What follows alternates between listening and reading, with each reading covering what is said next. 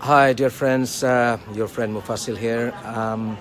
We are in fact at Luton Airport. We are stuck here because it snowed a lot, and luckily I have our friends, Britain First leaders.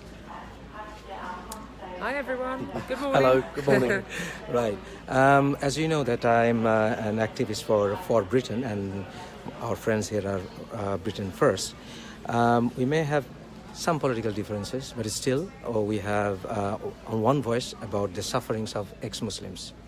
And I approached these leaders about what their view, what their take into the sufferings of ex-Muslims, because many of us are in hiding, even in Britain, and mainstream political parties, many of the major political parties will not recognize our problem. So Jada, what do you say to this?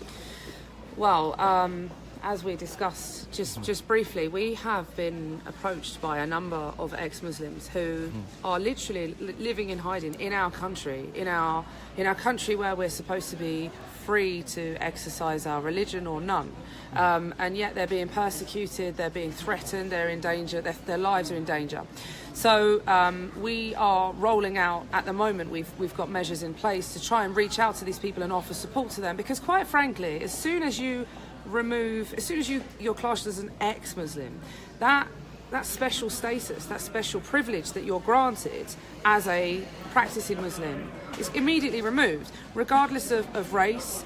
It doesn't matter. It's only if you class yourself as a Muslim that you will receive this kind of ultra protection that's not afforded to people that have made the decision to leave the religion. So I think it is absolutely imperative that we recognise that these people themselves are a minority, and they have making the very bold leap of leaving a faith which I've spoken out against. You know my views, and I think we need to offer them as much protection as we possibly can. You know, there are also many no-go areas for people like us. You know, for me, it is almost impossible to walk down the streets of East London. Yeah. Because obviously there was a time when I went to this NHS walk-in centre, and I was called horrible names, and I had to get out of there. Horrible names by Muslims. You know, they were telling me to get out. Dirty animals, what you doing here? Get out. So I'm a cardiac patient, and I had to get out. Shocking. And there are areas, no-go areas, even in London, which Sadiq Khan would not recognize. Yeah. He will say there is no such thing as no-go area. Would you agree that there are no-go areas for ex-Muslims like us? Absolutely. I mean, look, there are no-go areas for me as a non-Muslim and as an activist who speaks out against Islam and some of the more barbaric Islamic principles and scriptures. But I mean, it's one thing me walking through East London and getting spat at, and you know, I've preached the gospel, I've been spat at, fine, okay? I mean, it's not okay, but it's happened, and it's something that I've actually learned to almost accept is going to happen because I've been outspoken. But forget that. Imagine because the scriptures state, right, that anybody that leaves the religion is a hypocrite, and therefore the hypocrites are worse than the kuffar, worse than the unbelievers, the disbelievers like myself. So the danger is so much greater for someone who's left the ideology, because you become immediately marked, like you are immediately making yourself a target. So if only to just recognise the bravery and help these people, I think it's something that Britain First is very keen to get more involved in, and I expect I would expect the authorities to do more. But right now, what did you say about the present situation with Mr. Trump? Well, it's quite unprecedented for the President of the United States to retweet anyone. The fact that he did 3 videos on the trot, we believe, is a very deliberate. I don't think it's an endorsement, but what I believe it was is that it came to his attention somehow that Jada has been arrested for making a speech in public which was critical of Islam. She criticised Islam in a public speech, and as a result she's facing prison. So essentially, as you know, in Sharia law, criticism of Islam carries the death penalty, and international Islamic organisations are always pushing Western governments and pressuring them to try and adopt laws that stifle criticism of Islam. So I believe it came across his desk that Jada was facing prison for criticising Islam in a Western, free democratic state. And I believe his way of poking the British government and drawing attention to Jada's plight was to retweet 3 times consecutively.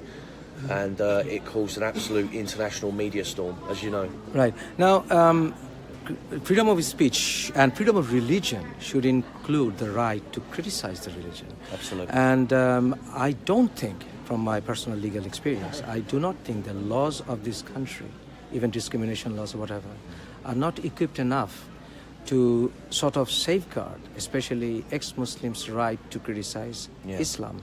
The main reason is, as a theologian, I have seen that there are specific Quranic verses, for example, Surah 9 or Surah 3 and verse 90, where, in fact, if you leave and then you criticize, there is no pardon for you. Yeah. There are some Islamic theologians and of the Al-Azhar University are trying to sort of reach a middle ground to say, okay, you can leave, but it's not enough. We want to not only criticize, mock the religion. Yes. Do you think the laws of this country as political leader, do you think it is equipped enough, or do you think we need amendments of law? Because President Obama, before he left office, he amended the Freedom of Religion Act in America in December. Yeah. And what did you say to that? Well, obviously we all know that Sharia law governs the way Muslims are supposed to interact and the way they're supposed to live their lives. And we all know that the penalty for leaving Islam, apostasy, is death under Sharia law. And in the West, we regularly see, almost every day, political critics, pundits, commentators mocking aspects of Christianity and even other religions. It seems to me like we're getting into a situation now where you can mock or criticise any religion except Islam. Islam is given protected species status, and people such as myself and Jada and several others are always prosecuted when we criticise Islam. So it seems that if you're in Iran or parts of Afghanistan or Saudi Arabia and you criticise Islam, of course you'll be arrested, you'll be prosecuted, you'll probably be put to death. It seems that those kind of laws to make the Western countries Sharia compliant, so you can't criticise Islam, that's slowly creeping in. But we live in a free democratic society with the free flow of ideas, and you should be free to criticise and in some cases mock on a political basis. That is the very essence of free speech. It's like what Voltaire said. He might not agree with what you say, but he will fight to the death for your right to say it. Yes. And if that is not the basis of our Western societies, then we'll end up with a situation where you have free speech, but you can't criticise Islam. Exactly. Free speech, but don't mock Islam. Yes. But mocking Christianity is fine. Mocking any other religion is fine. Just don't mock that one specific religion that is given protected species status. Now, Jada, I saw in one of your videos that you went up in front of East London Mosque. Yeah. And you held the cross. Yeah.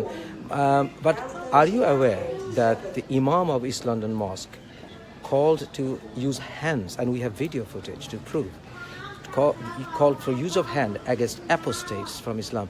Do you know that? Yeah. I'm well aware of the extremism within that mosque. I mean, that mosque is a den for producing extreme, radical followers of the Islamic ideology, and I've been met with many of them when I've been outside the mosque with my cross. But yeah, I mean, look, this is just another example of complete and utter ignorance by the establishment, because we know, I mean, aside from the fact that we know what's in the scriptures, here's the problem, right? This is the problem I always have, and that's why I'm in trouble, because I've basically, recently I gave a speech in Belfast in August. I said that, I pointed out that Muslims are obliged to kill non-Muslims. It's stated in the Quran. I'm not saying that all Muslims are killing non-Muslims, because obviously it would be a bloodbath. But what I'm trying to point out is that a lot of Muslims don't know the scriptures, they haven't studied the Quran, and in actual fact, great news. They're probably not Muslim. if they were shown, because a lot of people are law-abiding, peaceful, and if they were exposed to what's actually in that book, a lot of them would say, do you know what, I can't stand for that. I wouldn't. As a Christian, if I read scriptures that said, kill all the non-Christians. I would say, for example, I will hate the disease, but not the diseased. Oh yeah, of course. Would you like me differentiate between a Muslim who are, as you said, do not know Islam that much, and Islam by itself? Because Islam by itself, it cannot be right. It is not right. Now, lastly, my question would be on a personal level, because I'm involved with For Britain. What is your take about For Britain? To be honest, I know very little about For Britain. I mean, we're a political party, so we contest elections, we carry out street activities. Sorry, we've got a bit of noise in the background. But yeah, I know very little about them at the moment. I mean, from what I've been told today, I understand that if there's any kind of association or links or outreach to ex-Muslims, then I 100% endorse that, because I think we have a duty, and it's a massive shortcoming of our country. We have a duty to protect these people, and in fact we should be going out of our way to protect these people. But instead, I've seen case after case after case of people being driven out of their areas, being physically attacked, death threats, for simply just leaving an ideology, simply exercising their right to say, actually, I don't want to follow that faith anymore. So if we get to the point where they're in more danger than those who say, okay, I align with this or that, there's real big problems. I don't see atheists, I don't see Sikhs, Hindus, Jews, Christians, I don't see them getting the same treatment as ex-Muslims in terms of the ferocity of it. They are really, really targeted. So I fully endorse that. I think if you're working together on that level, I back it 100%. Now, you know that I debated one of the Islamic scholars recently. What's your take to both of that, both of you, about the debate that I had? I must admit, and I'm truly sorry, but I haven't watched it. I saw bits of it, and a good friend of ours who is a councillor in Belfast. I mean Jolene. Councillor Jolene Bunting is an absolute star, yes. And she's a friend of both of ours. So I thought she actually highlighted the fact that this debate had taken place at our conference recently, and so it's had a bit more attention. People are going and taking a look, and I've had some really good feedback. So it's always, I think, debate is key. People are reluctant. That's a way to expose as well. I think so, yeah. I mean, people are reluctant to engage in debate when they think you know what you're talking about. So, for example, I've actually, before he got locked up, I had to go to his house a few times, but I actually arranged for Paul and myself to debate with Anjem Chowdhury and some of his cronies. And at the last minute, he kept pulling out. This has happened on a few occasions, because they lose their bottle when they realise that actually you are able to recite the scriptures that I actually wanted a guarantee. Anjem Chowdhury wanted a cast iron guarantee from both of us that we wouldn't mock the Prophet Muhammad. So I said, I mean, what do you classify as mocking? Because obviously we're going to criticise him, we're going to call him names, we're going to use labels to describe him. So he's like, no, if you're going to mock him, I'm not going to debate you. Well, it's not going to be much of a debate. Well, I, as far as I know, I apologetically called Muhammad a rapist, because he was a rapist. And I am ready to argue on that from Islamic theology. I know the books like the back of my hand. And if any Islamic scholars that you know of who will be willing to prove otherwise, they will be most than welcome to come and debate with us, with me. And both of you, thank you very much for your time. You're welcome. It's been an absolute pleasure. Yeah. Thank you very much. All right. God bless. Thank you. We will make America great again.